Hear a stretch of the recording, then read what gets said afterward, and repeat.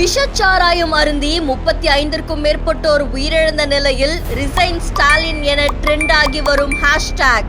பல அரசியல் கட்சி தலைவர்கள் வலியுறுத்தி வருவது என்ன?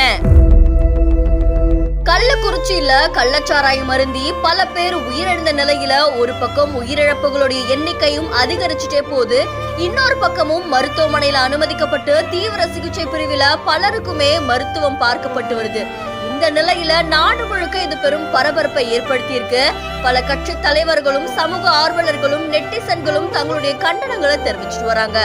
இந்த நிலையில தமிழகத்துடைய முதலமைச்சரான மு.க. ஸ்டாலின் அவர்கள் பதவி விலகணும் அப்படின்னு சொல்லி எக்ஸ் வலைத்தளத்துல ஹேஷ்டேக் ஒன்னு ட்ரெண்ட் ஆகிட்டு வருது.